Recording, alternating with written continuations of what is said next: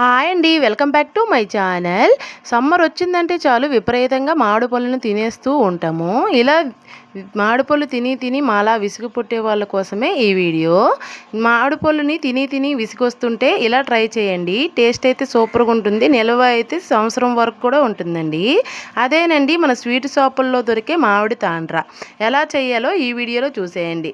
దీనికోసమైతే నేను బంగినపల్లి మామిడి పళ్ళని అయితే తీసుకున్నాను.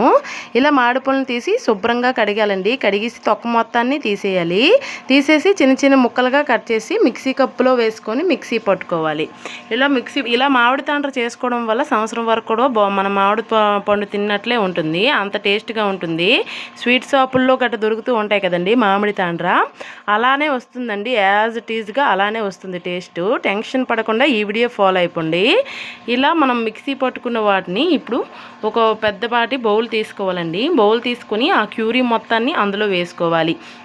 ఇలా వేసుకుని మనం మిక్సీ కొట్టుకున్నప్పుడు ఒక్క ఉండ కూడా లేకుండా మెత్తగా కొట్టుకోవాలి. అలా అయితేనే ఈ మామిడి తాండ్రకి పర్ఫెక్ట్గా బాగుంటుంది. ఇలా ఒక బౌల్లో తీసుకొని స్టవ్ పై పెట్టుకోవాలండి. ఇలా పెట్టుకుని లో ఫ్లేమ్లో ఉడికించుకోవాలి. బాగా దగ్గరగా ఉడికించుకోవాలి. ఇలా ఉడికించుకున్న తర్వాత అందులోనే స్వీట్కి సరిపడా బెల్లాన్ని యాడ్ చేసుకోవాలి. అంటే స్వీట్గా ఉండే పళ్ళు ఉంటాయి కదా, అలాంటి వాటికైతే తక్కువ బెల్లం పడుతుంది. పుల్లగా ఉండే వాటికి ఎక్కువ బెల్లం పడుతుంది.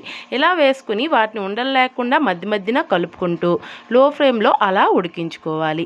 ఇలా ఉడికిపోయిన తర్వాత మనకి ఉడికిందా లేదా అని ఎలా తెలుస్తుంది అని అనుకుంటున్నారా? అది నేను తర్వాత చెప్తాను. ఇప్పుడు బాగా ఉడికిపోయిన తర్వాత కొద్దిగా ఇలాచీ పౌడర్ వేసుకుంటే టేస్ట్ ఇంకా బాగుంటుంది. స్మెల్ కోసము, నచ్చకపోతే స్కిప్ చేసేవచ్చు. ఇలా ఉడికిపోయిన తర్వాత ఒక ప్లేట్ తీసుకొని అందులో కొద్దిగా మనం ఉడికించుకున్న ప్యూరీని అందులో వేసుకొని ఇలా కలపాలి.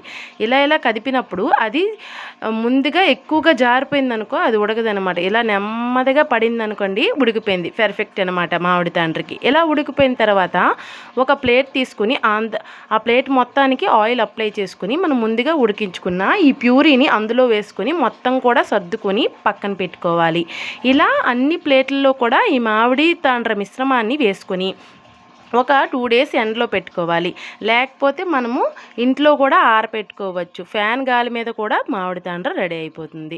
ఇంకా ఎండలో పెట్టుకున్న దానికంటే కూడా ఫ్యాన్ దగ్గరే వేగంగా అయిపోతుంది. ఒక 2 daysలో అయితే ఎంతో రుచికరమైన మామిడి తాండ్ర అయితే ఎండిపోతుంది. ఇలా ఎండిపోయిన తర్వాత ఒక చాకు తీసుకొని ఇలా పల్చగా ఇలా నెమ్మదిగా తీసుకోవాలి. ఇలా తీసుకొని ఒకదాన్ని పొరలుగా వేసుకొని ఈ విధంగా మనకు నచ్చిన షేప్లో కట్ చేసుకుంటే ఎంతో రుచికరమైన ఈజీ అయిన సింపుల్ పాటి మామిడి తాండ్ర అయితే రెడీ అయిపోతుందండి.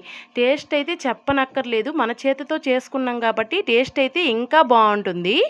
ఇదిగోండి, ఈ విధంగా ఎంత చక్కగా పొరలుగా వచ్చేస్తున్నాయో మీరే వీడియోలో చూసేయండి.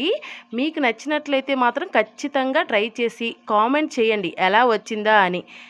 వీడియో నచ్చితే లైక్ చేయడం మర్చిపోకండి. మరిన్ని వీడియోస్ కోసం మన ఛానల్ని సబ్స్క్రైబ్ చేసుకోండి. Bye friends.